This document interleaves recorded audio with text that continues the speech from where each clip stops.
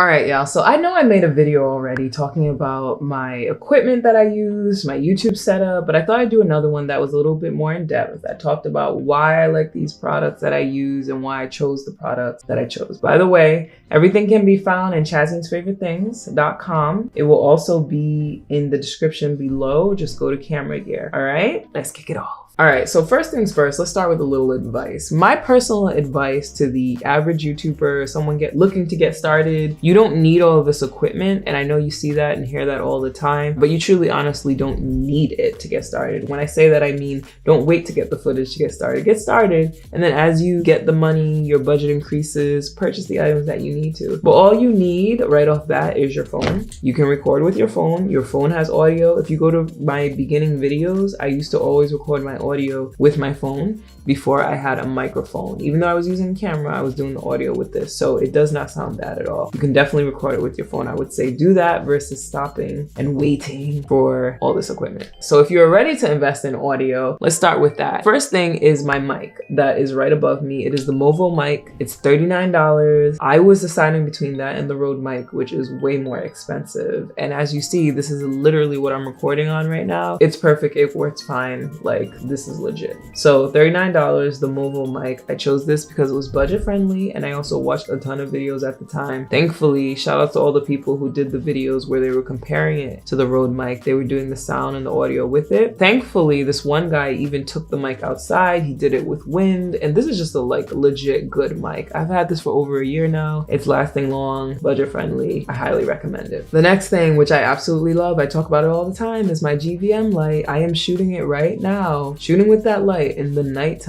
It is, I don't even want to tell you what time it is. It's the AM actually, like while it's still dark outside. I am shooting right now and it is very nicely lit, as you can see. The one thing I will say is you can only get it lit like this to look like daylight if you're shooting with a professional camera. If you're trying to do that with your phone, it's not going to look as lit because you don't have all of the different functions that a camera like the professional ones do have, which you're able to change your ISO, shutter speed, f-stop, like all of those things affect the light that is coming into the camera and will create this type of scene in addition to having that beautiful GVM light. And you know what? Another reason why I love that light is because the softbox is legit. Like if you're a woman and you don't want like a harsh light on you, you want to look nice, that light is legit. The softbox does that. And then the last reason why I love it is because it looks so good that you can just leave it out in your space. And for me personally, once again, going back to the theme of convenience, for me, leaving that light out, that's one less step for me to do and makes me more likely to shoot more videos. Because if everything was like a task and a chore, you would not be seeing these videos, y'all. Here's a video that I made with more information about that light in case you want to check it out. Okay, this one is a basic headphones. It doesn't matter the brand, you can get any headphones. If you have a professional camera, which I have a DSLR camera, mirrorless, you can connect the headphones to it. Or actually, not all of them maybe can connect headphones to, but mine can, and I'll get into that camera in a second. But you need this if you're doing a professional microphone because you want to hear yourself and test and make sure that the audio is coming through. So I highly recommend getting a camera where you can plug the audio into it and where you can plug the headphones into it. It just makes your life easier, trust me. Like you can definitely record the audio separately, but what happens if it doesn't record?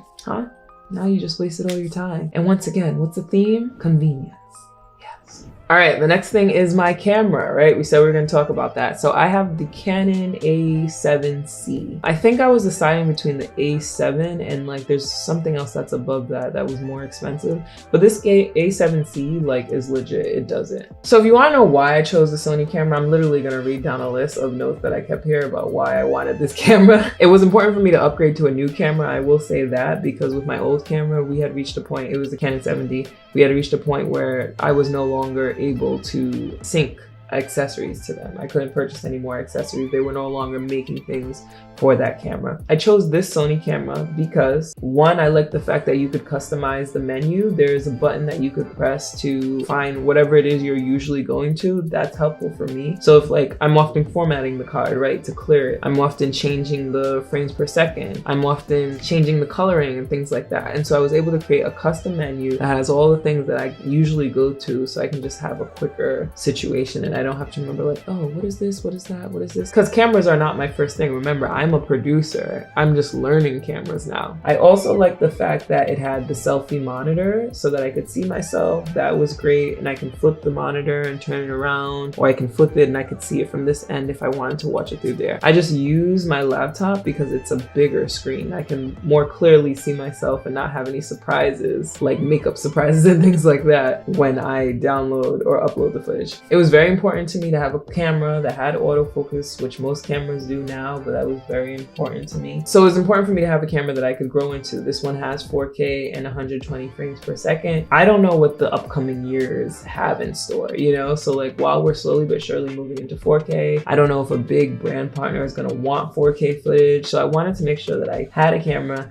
that I could grow into. You can transfer things via Wi-Fi. That was important to me. I really wanted a headphone jack and to be able to adjust my levels on the camera. And yeah, those were the main things and reasons why I chose this camera. So just a little information in case you're thinking about or considering purchasing it. My lens. All right, so this is the lens that I have. I love this lens, specifically this line, this G line of Sony, because it has that button on the side of it that almost turns it into two lenses in one. Now it is a little pricey. I don't think that you necessarily need a lens that has a 1.4 f-stop. That's what mine has. And for those of you who don't know what f-stop is or means, it creates that blur in the background basically that everyone loves seeing and everyone loves having. But I never and very rarely kick it all the way up to 1.4. I think you'd be good with like a 2.0 f-stop or something like that and save your money. But with the button that I mentioned on the side, so what happens is you have your wider shot. This is a 20mm lens. And then when you click the button, it makes it or converts it to a 35mm lens. So now we have a tighter frame, wider frame to tighter frame. So that's what I mean when I say it creates almost like a 2-in-1 lens. And this is a prime lens, so it doesn't have zoom effect. I specifically chose to go with a prime lens because it gives me crisper footage. It's just the look, I guess, cinematically that I'm going for. I knew that there were other things that I'd want to shoot with it, and this lens just overall allows me to do that. If you need a little more detail on the difference between prime lenses and zoom lenses or benefits, I would definitely say to look into that more. But know that if you're getting a prime lens, you are not going to be able to zoom. You're literally going to have to move closer to your subject, okay? But it's worth it sometimes, depending on the type of footage you want to get. Because if you want that super clean, crisp footage, prime lenses can usually give you that. And honestly, that's it. That's my setup. Like I said, it's all about convenience. I mean, in addition to the tripods, right, that I have, and being able to connect this camera to my laptop so that it can act as a monitor. That's another reason why we needed like a newer camera. That's it. It's 3 things. Well, maybe 4 if we include the computer. It's the light, it's the camera, it's the sound, and the computer. And that's what I need. I needed things to be as simple as possible. I didn't want 2 lights or 3 lights. I didn't want to have to like sync the sound after. Like I wanted it to be super simple because I know myself. And if things are more convenient, then I am more likely to do them, follow through with them, and produce even more content for you guys. So I hope this was helpful for you. If you liked that video, I've got much more on production